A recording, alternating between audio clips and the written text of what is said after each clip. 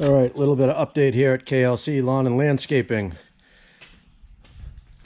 Got a new prospect, new little fun project here. I picked up a JKU Jeep Wrangler. It's a 2008 Jeep Wrangler Sahara model, 4-door. That's the U for unlimited version. It's got 35s on it right now. 35, what do we got? 325, 60 R20s, which converts to 35-inch tires. It has just a basic lift kit in it, a 3-inch coil spacer lift kit, which if any of you know about lift kits, really you want to do it right and correct all the steering geometry and everything when you lift a Jeep. This one was not done right, so I'm in the process of making it better. I am going to change out the coils eventually and run real lift coils and not just the spacers with the factory ones. But it's sitting up at the height where it's going to be, so I'm able to make the adjustments. What I've done so far is I have replaced the track bar. I found it on Marketplace. You can see it down there, I think. I replaced it with a, well, I'll actually get this up on the lift and show you the whole front end, but I've done a few things in the front end to get it to drive a little nicer. We've got, a little death wobble we're dealing with and some off-center steering. But other than that, it runs and drives great. It's really good shape. I'll maybe stick a couple of pictures up here of when it's clean. It's filthy right now. It's a rainy, crappy, horrible day. But I've always wanted one of these newer style, to me anyways, JKs. I know they have the JLs now, but this is a pretty decent model. It is an automatic. It's just got the V6 in it. I think it's was a 3.8 V6. We got a CarPlay stereo system in it. It's got some upgraded speakers, hard top, got some nice handles here and there that we've adapted to it. There's the stereo system. It does have air conditioning, power windows. As you see, 176,000 miles. The engine has been replaced or rebuilt. I found a tag from 2017.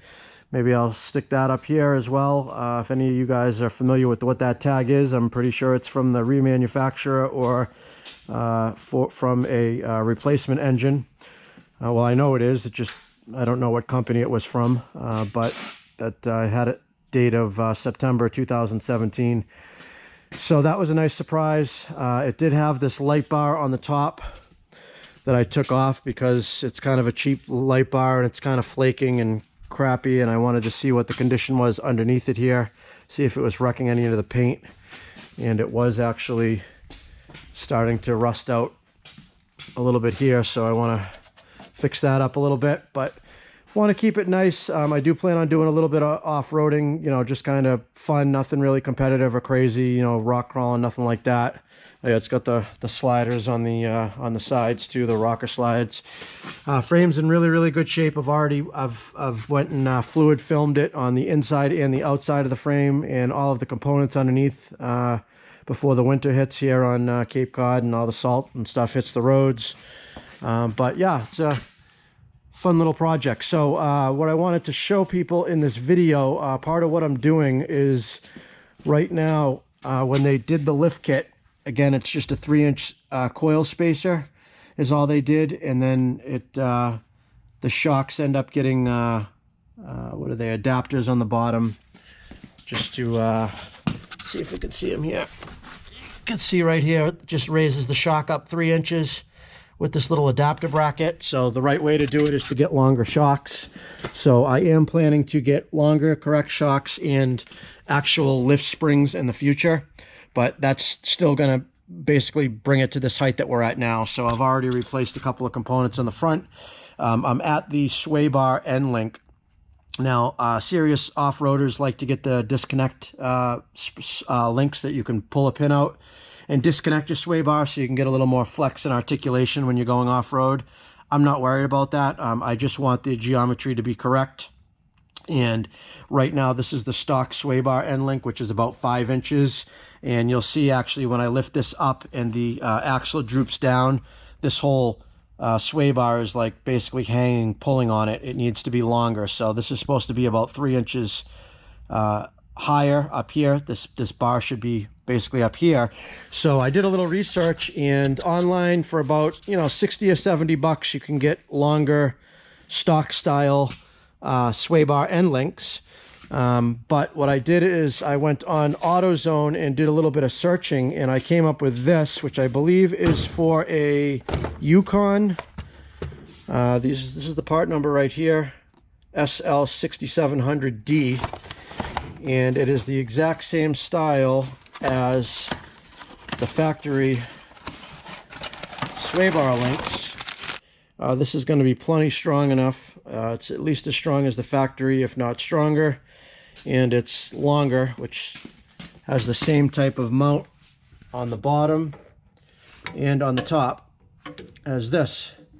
So by mounting this up, you can see it's going to bring the sway bar right back up where it should be, back into the right area. So these were $16 a piece at AutoZone. Again, I showed you the part number there. I picked up 2 of those, got the other one in this box, so we're going to change those out. Anybody looking to save some money, 16 bucks a piece. That's what, 32 bucks as opposed to 70 bucks. Why not? If you want to go and get the heavy duty disconnectable ones, that's a good way to go too. Those are like 100 bucks or more, or depending on what brand you get. But I'm not planning on disconnecting it. I just want it to be set up the way it's supposed to be. So that's the plan for that. The only other update I got on the dump truck, getting ready for cleanup season, I did change out the seats. I got these for $50 out of a Chevy, 2006 Chevy that I bought, a parts truck, which I'll tell you what I'm planning to do with that in a minute. And I got this seat and console setup, which I mounted in the older style GM. It did fit a little tight, but it does. They do operate forward and backward. I did use the rear hole back here from the old seatbelt unit, and then I had to drill 3 other holes. I had to do a little pounding down of the hump in the back, in this back corner, to make the seat sit just right on the floorboard. But I think it took me an hour and a half of time, and you got yourself some nice, better seats that flip down. You got the console here with the cup holders, way more comfortable than what was in it. Again, this is the truck I picked up for $2 grand. Gonna make some money cleaning up leaves. This is what we had for a seat beforehand. Yeah, the old bench vinyl piece of crap. So as you can see, that's quite an upgrade for a little bit of time and 50 bucks. The seats are in really good shape. They're in as good a shape as they need to be for a work truck, that's for sure.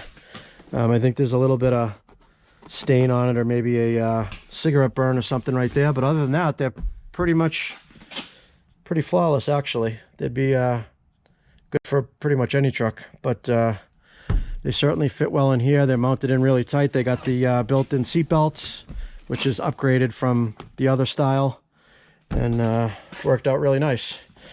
So another upgrade there. So yeah, we're gonna go ahead and put this Jeep up, and I'll show you changing out these sway bar links.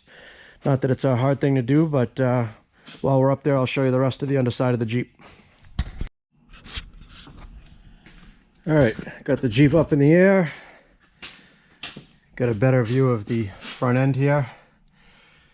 I have replaced the track bar here with an adjustable unit. I forgot the brand. I'll stick a little notation up here what the brand was. This was, I think, $275 online, but I found it on Facebook Marketplace. Guy was asking, I think, $150 for it, brand new in the box.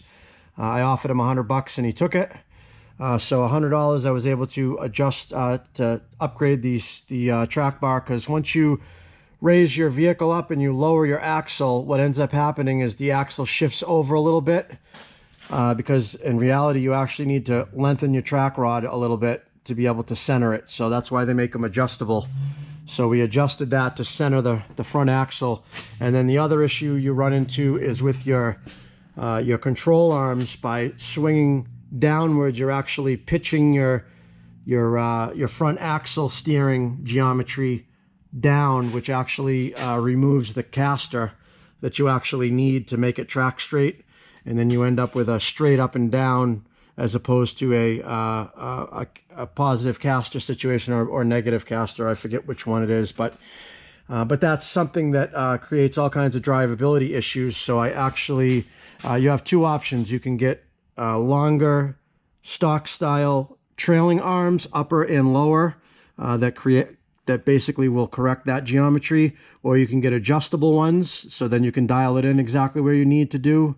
Or there's also drop brackets, which basically bolt onto the factory locations and lower basically where the backside of both of these track rods or trailing arms connect to, down 3 inches to a lower spot, which in turn basically lengthens it and corrects the steering geometry. That's the route that I went. The reason I did that is I know that I'm going to stay at this height of lift. I'm not planning to raise it up anymore. I'm not making any other changes. All I'm going to do is upgrade the components at the height that it is now. So I want to get that straightened out. Like I said, I'm going to get some longer shocks and eliminate these stupid brackets here, get some nice upgraded shocks. Same thing with the springs. And then these drop brackets, you do lose a little bit of ground clearance, but again, I'm not a hardcore off-roader where it's really going to matter to me. I want nice drivability with a little bit lifted so I can have the bigger tires. I like the looks of it on the Jeeps, so I got those on their way. Probably do a video on installing those in the future. So that's that. And yeah, other than that, you can see I pretty much coated everything under here with a good coat of black fluid film. Just to kind of prevent rust in the future. Does have a couple of little areas where rust is formed and started, but other than that, we also should be addressing this rear track bar as well. I'm actually going to measure and see if the actual the axle has shifted or not. Probably has, so technically this rod should be about, I think, 1/4 of an inch longer.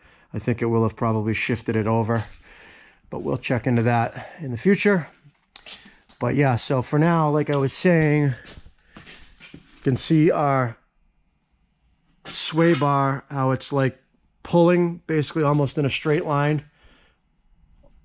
That shouldn't be like that. This should have some angle to it and still have some give. So at full flex right now, the limiting factor is actually the sway bar end link. It's pulling on it too much, and that's why we need to get those back with the longer ones. So that's what we're going to change out right now. Pretty much just got to remove this bolt right here and that bolt right there. Pretty simple.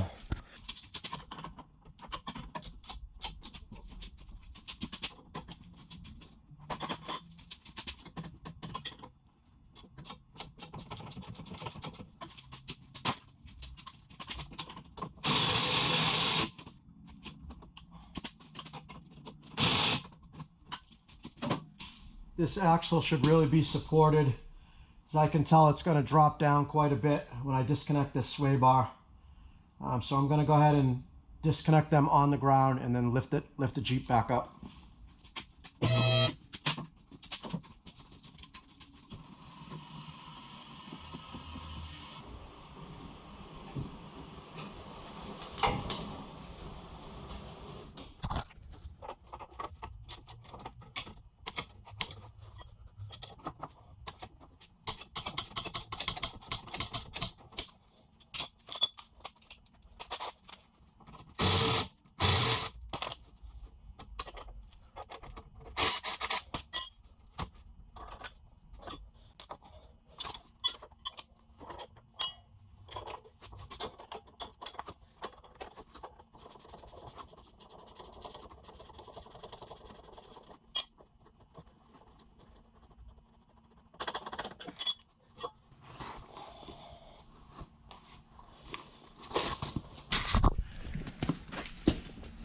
All right,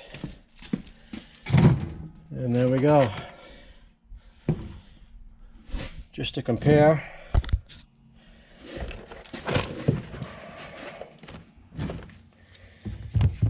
here's the factory one. You can see the diameter of the hole is the same, the width is the same, And the way this side mounts up is also the same. So, pretty simple exchange.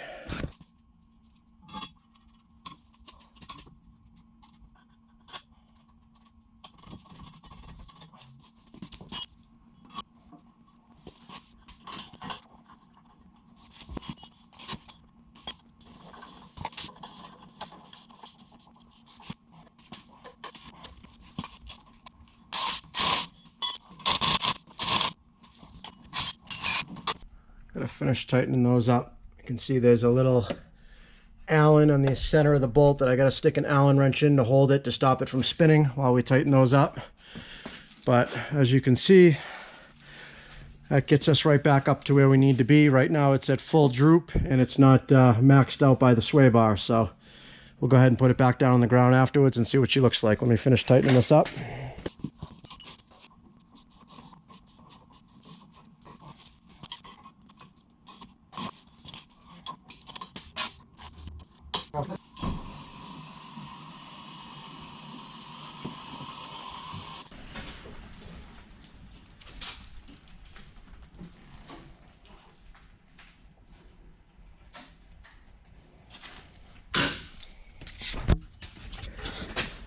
And there we go, back on the ground.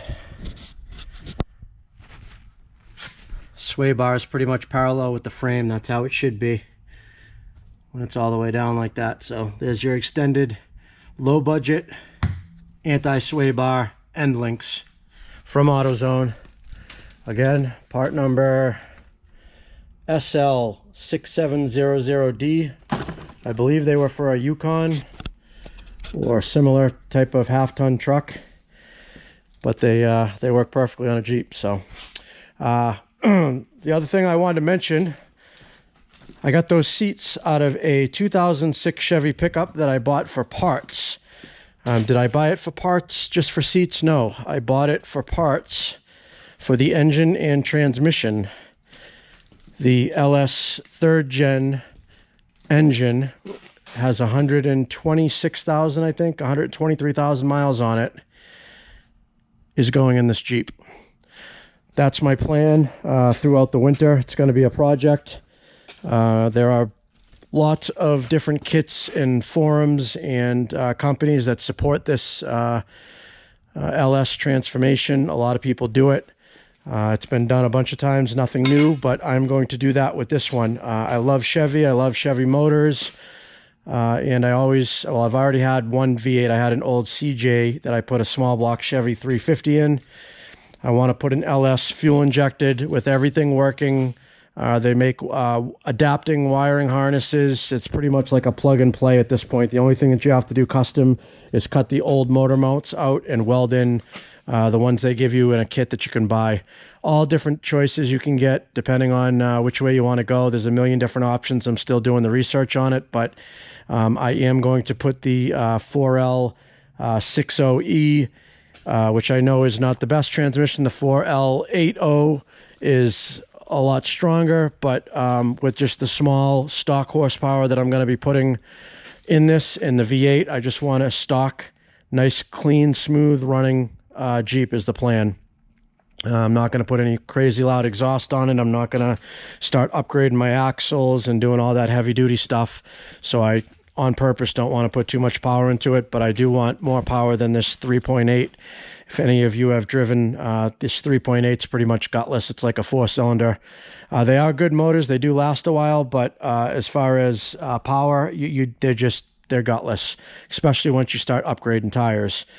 So I had two options. I could re-gear this, which I still may do anyways with the V8 swap, and put some 5-somethings in it as opposed to the 370 or 4, whatever that's in there now, which helps out, give you a little bit more power with this 6-cylinder, and you could actually get a bolt-on supercharger kit, or you can just go with the full V8 swap. That's the route that I'm going to go. I love the sound of a V8. I love the upgradability and the ease of working on a V8. I like the low-end torque of the V8. I think it'll match this Jeep perfect, and that's my plan. And that will be coming on the channel, and probably like a 10-part episode type of thing. I know there's a bunch on YouTube, but everyone does it a little differently, and I'll show you how I'm going to do mine. And hopefully you stick around and kind of watch that process. It should be interesting. See how it goes. All right, guys, that's everything for now. Thanks for watching.